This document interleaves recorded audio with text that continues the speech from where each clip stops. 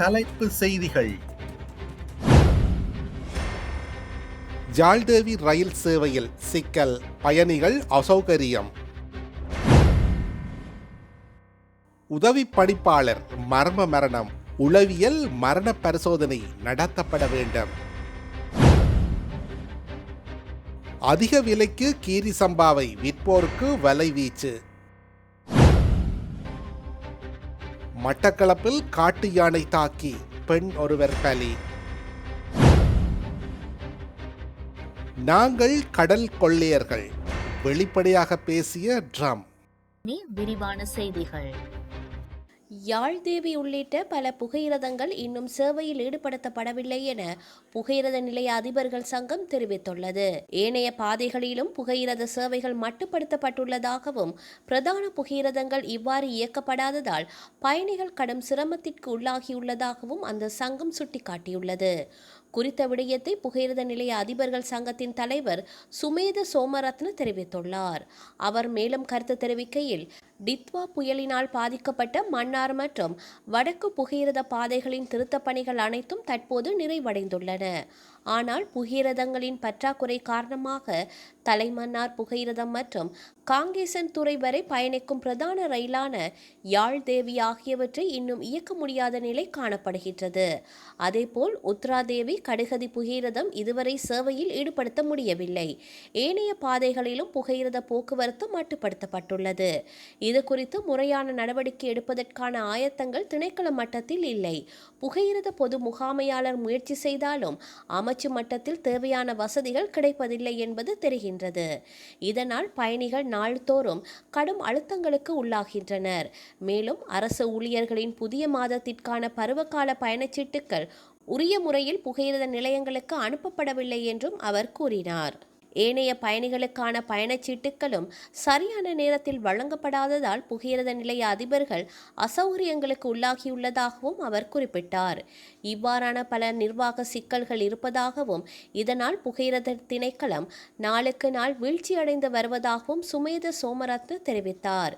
எரிபொருள் நெருக்கடி நிலவும் இத்தருணத்தில் புகையிரத போக்குவரத்தை அதிகரிக்க வேண்டும் என முன்மொழிவுகள் வழங்கப்பட்ட போதிலும் போக்குவரத்து அமைச்சர் இது குறித்து எவ்வித அக்கறையும் செயற்படுவது குறித்து தமது அதிருப்தியை வெளியிட்டுள்ளார். மின்சார புகையிரதம் திட்டத்தை ஆரம்பிப்பதற்கு முன்னர் தற்போதுள்ள புகையிரதங்களை வழமைக்கு கொண்டு வந்து புகையிரத பாதைகளை முறையாக பராமரியுங்கள். கரையோர புகையிரத மார்க்கம் மிகவும் மோசமான நிலையில் உள்ளது. தண்டவாளங்களை மாற்றாமல் வேக கட்டுப்பாடுகளை மட்டும் விதிப்பதால் எவ்வித பலனும் இல்லை. அதனால் பயணிகளுக்கு ஆபத்து ஏற்படும் என சுமேத சோமரத்ன தெரிவித்துள்ளார். திரைசேரியின் 2.5 மில்லியன் அமெரிக்க டாலர்கள் மூன்றாம் தரப்பினருக்கு கைமாறிய சம்பவம் தொடர்பாக பணி இடைநீக்கம் செய்யப்பட்டிருந்த நிதியமைச்சின் வெளிநாட்டு வளங்கள் திணைக்களத்தின் உதவி பணிப்பாளர் ரங்க நிஷாந்த ராஜபக்சவின் மரணம் குறித்து உளவியல் ரீதியான மரண பரிசோதனை நடத்தப்பட வேண்டும் என தினன தகுன அமைப்பின் உறுப்பினர் சட்டத்தரணி ஷிரால் லக்திலக்க கோரியுள்ளார். இந்த நிதி மோசடி குறித்து நிதியமைச்சின் செயலாளர் 4 மாதங்களாக தகவல்களை மறைத்திருப்பது கடுமையான சந்தேகத்தை தோற்றுவிப்பதாகவும் அவர் குறிப்பிட்டுள்ளார். எனவே இது குறித்து உளவியல் ரீதியான மரண பரிசோதனையை முன்னெடுக்குமாறு ஜனாதிபதி மற்றும் சுகாதார அமைச்சர் நலிந்த ஜெயதிஸ் ஆகியோரிடம் கோரிக்கை விடுப்பதாக அவர் மேலும் தெரிவித்துள்ளார். நிதி அமைச்சின் அதிகாரியின் மரணம் ஒரு தற்கொலை என சட்ட வைத்திய அதிகாரிகள் குழு உத்தியோகபூர்வமாக அறிவித்துள்ளது. இலங்கையின் தற்கொலைகள் மற்றும் மரணங்கள் தொடர்பான வைத்திய அறிக்கைகள் குறித்த ஒரு மோசமான வரலாறு இருப்பதை நாம் அறிவோம். தாஜுதீனின் மரணம் தொடர்பிலும் இவ்வாறான உத்தியோகபூர்வ அறிக்கைகள் வந்தன. ஆனால் அவை சரியானவை அல்ல என்பது பின்னரே தெரிய வந்தது. எனவே இந்த மரண பரிசோதனை அறிக்கை நல்லது. ஆனால் மருத்துவ அறிவியலில் இதற்கு அடுத்த கட்டமாக உளவியல் ரீதியான மரண பரிசோதனை ஒன்று உள்ளது. அதனை முன்னெடுக்குமாறே நாம் ஜனாதிபதி மற்றும் சுகாதார அமைச்சரிடம் கோருகின்றோம். உளவியல் ரீதியான மரண பரிசோதனை என்பது 3 விடயங்களையும் ஆராயும். தற்கொலைக்கான காரணம் என்ன, அவரது மனநிலை எவ்வாறு இருந்தது, அந்த மரணம் எவ்வாறு சம்பவித்தது, மரணத்திற்கு முன்னர் நடந்த சம்பவங்களை ஆராய வேண்டும் என தெரிவித்துள்ளார். அரசாங்கத்தினால் நிர்ணயிக்கப்பட்ட அதிகபட்ச சில்லறை விலையை விட அதிக விலைக்கு அரிசியை விற்பனை செய்த கேஸ்பேவே பொகுந்தர பொருளாதார மத்திய நிலையத்தில் உள்ள வர்த்தக நிலையம் ஒன்றை நுகர்வோர் விவகார அதிகார சபை சுற்றி வளைத்துள்ளது. அரசாங்கத்தினால் வர்த்தமானி மூலம் அறிவிக்கப்பட்டுள்ள கட்டுப்பாட்டு விலையை மீறி அரிசியை விற்பனை செய்யும் வர்த்தகர்களை கண்டறிய நுகர்வோர் விவகார அதிகார சபை நாடளாவிய ரீதியில் தொடர்ச்சியான சுற்றி வளைப்புகளை முன்னெடுத்து வருகின்றது. இதன் ஒரு கட்டமாக நேற்று சனிக்கிழமை பிளியந்தல பகுதியில் மையப்படுத்தி பல விசேட சுற்றி வளைப்புகள் மேற்கொள்ளப்பட்டன. அதிக விலைக்கு பொருட்களை விற்பனை செய்தல் மற்றும் பொருட்களை பதுக்கி வைத்தல் போன்ற முறையற்ற செயல்கள் இடம்பெற்றால் அது குறித்து உடனடியாக தமக்கு அறிவிக்குமாறு நுகர்வோர் விவகார அதிகார சபை பொதுமக்களை கேட்டுக்கொண்டுள்ளது. எந்தவொரு நுகர்வோரும் இது தொடர்பான முறைப்பாடுகளை அலுவலக நேரங்களுக்குள் 1977 என்ற அவசர தொலைபேசி இலக்கத்திற்கு தொடர்பு கொண்டு தெரிவிக்க முடியும் என குறிப்பிடப்பட்டுள்ளது. மட்டக்களப்பு மாவட்டம் போரத்தீவு பற்று பிரதேச செயலாளர் பிரிவுக்குட்பட்ட சுரவணையடியூற்று கிராமத்தில் நேற்று சனிக்கிழமை அதிகாலை இடம்பெற்ற காட்டு யானை தாக்குதலில் தாயொருவர் உயிரிழந்துள்ளார். திக்கோடை சுரவணையடியூற்று கிராமத்தை சேர்ந்த 54 வயதுடையவரே இவ்வாறு உயிரிழந்தவர் ஆவார். 4 பிள்ளைகளின் தாயான இவர் அதிகாலை தனது வீட்டு வளவிற்குள் சத்தம் வருவதை கேட்டு வெளியில் வந்தபோது அங்கு நுழைந்த காட்டு யானை திடீரென தாக்கியுள்ளது. இத்தாக்குதலில் அவர் சம்பவ இடத்திலேயே உயிரிழந்துள்ளதுடன் உயிரிழந்தவரின் சடலம் தற்போது பிரேத பரிசோதனைக்காக மட்டக்களப்பு போதனா வைத்தியசாலைக்கு கொண்டு செல்லப்பட்டுள்ளது. இச்சம்பவம் குறித்து வெள்ளாவளி போலீசார் மேலதிக விசாரணைகளை முன்னெடுத்து வருகின்றனர். போரத்தீவு பற்று எல்லை கிராமங்களில் அண்மை காலமாக காட்டு யானைகளின் ஊடுருவல் அதிகரித்து வரும் நிலையில் இந்த சோகமான சம்பவம் அப்பகுதி மக்களிடையே பெரும் அதிர்ச்சியையும் அச்சத்தையும் ஏற்படுத்தியுள்ளது.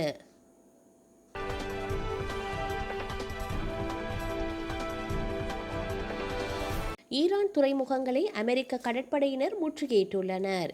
இதில் ஈரானின் கப்பல் ஒன்றை அவர்கள் கைப்பற்றியதை பற்றி குறிப்பிட்ட அமெரிக்க அதிபர் டொனால்ட் ட்ரம்ப் கடற்படையினர் கடற்கொள்ளையர்களைப் போன்று செயல்பட்டுள்ளனர் என கூறியுள்ளார். புளோரிடாவில் மே மாதம் 1ஆம் தேதி நடைபெற்ற பேரணியின் போது பேசிய ட்ரம்ப், நமது கடற்படையினர் அந்த கப்பலின் மேலே இறங்கினர், பின்னர் அதனை முழுவதுமாக கைப்பற்றினர். நாம் அந்த சரக்கு கப்பல் மற்றும் அதனுள் இருந்த எண்ணெய் ஆகியவற்றை கைப்பற்றினோம். இது மிகவும் லாபகரமான தொழில். நமது படையினர் ஒரு வகையில் கடற்கொள்ளையர்களைப் போன்று செயல்பட்டனர். அவர்கள் விளையாட்டாக அதில் ஈடுபடவில்லை என்று தெரிவித்தார். ஆர்முஸ் நீரிணையை மூடிய ஈரான் அதன் வழியே செல்லும் கப்பல்களிடம் வரி வசூலிக்க திட்டமிட்டிருந்தது. இது பற்றி அரசியல் வல்லுநர்கள் எச்சரித்திருந்த நிலையில் அமெரிக்க படையினரை கடற்கொள்ளையர்கள் என ட்ரம்ப் குறிப்பிட்டுள்ளார். போரை நிறுத்த அமைதி பேச்சுவார்த்தைக்கு பாகிஸ்தான் மத்தியஸ்தம் செய்த நிலையில் அது தோல்வியில் முடிவடைந்ததை தொடர்ந்து ஈரான் துறைமுகங்களை அமெரிக்கா முற்றுகையிட்டுள்ளது. இதனைத் தொடர்ந்து மத்திய கிழக்கில் உள்ள அமெரிக்க படைகளுக்கு தலைமையான அமெரிக்க மத்திய கட்டுப்பாட்டகம் ஈரான் துறைமுகங்கள் முற்றுகையிடப்படுவதை உறுதி செய்யும் விதமாக 45 கப்பல்கள் அங்கு திருப்பிவிடப்பட்டதாக தெரிவித்துள்ளது. இந்த முற்றுகை தேவைப்படும் வரை நீடிக்கும். ஈரான் துறைமுகத்திற்கு செல்லும் அனைத்து கப்பல்களும் அது எந்த நாட்டின் கப்பலாக இருந்தாலும் அவை முற்றுகையிடப்படும் என்று அமெரிக்க இராணுவம் கூறியுள்ளது. அமெரிக்கா இந்த முற்றுகையை தொடரும் வரை ஆர்முஸ் நீரிணை வழியே கப்பல்கள் செல்வது தடுக்கப்படும் என்று ஈரான் குறிப்பிட்டுள்ளது. ஆப்கானிஸ்தான் எல்லையொட்டிய பாகிஸ்தானின் கைபர் பக்துன்கவா மாகாணத்தில் ஊடுருவ முயன்ற 13 பயங்கரவாதிகளை பாதுகாப்பு படையினர் சுட்டுக் கொண்டுள்ளனர். தடை செய்யப்பட்ட தெஹ்ரீக்-ஏ-தலிபான் பாகிஸ்தான் அமைப்பை சேர்ந்த இவர்கள் முகம்மது மற்றும் வடக்கு வஜிரிஸ்தான் மாவட்டங்களில் எல்லை தாண்டி ஊடுருவ முயன்ற போது இராணுவத்தினரால் தடுத்து நிறுத்தப்பட்டு முறியடிக்கப்பட்டது. கேரளம் மாநிலம் கடந்த சில மாதங்களுக்கு முன்பு அமீபிக் எனும் மூளைக்காய்ச்சல் பாதிப்பு பலருக்கு ஏற்பட்டது. இதன் காரணமாக உயிரிழப்புகளும் நிகழ்ந்தன. மாசுபட்ட நீர்நிலைகளில் குளிப்பதால் அமீபிக் பாதிப்பு ஏற்படுவதாக கூறப்பட்டது. இது தொடர்பாக அரசு எடுத்த நடவடிக்கையின் காரணமாக சில காலங்கள் கட்டுப்படுத்தப்பட்டு இருந்தது. இந்த நிலையில் மீண்டும் சோக சம்பவமாக அமீபிக் பாதிப்பில் ஒரு பெண் இறந்துள்ளார். ஆலுப்புழா மாவட்டம் அம்பலாப்புழா அருகே உள்ள நீர்க்குன்னம் பகுதியை சேர்ந்த இளம்பெண் ஆர்யா வயது 26 பெங்களூரில் செவிலியராக பணியாற்றினார். இந்த நிலையில் சுமார் 1 மாதத்திற்கு முன்னர் அவரது உடல்நலம் பாதிக்கப்பட்டது. இதில் அமீபிக் எனும் மூளைக்காய்ச்சல் பாதிப்பு அவருக்கு ஏற்பட்டிருப்பது தெரிய வந்தது. அதற்கான சிகிச்சை அளிக்கப்பட்ட போதிலும் சிகிச்சை பலனின்றி 18 நாட்களுக்கு பின்னர் ஆர்யா பரிதாபமாக இறந்துள்ளார் என இந்திய செய்திகள் தெரிவிக்கின்றன. வரலாற்றில் இன்று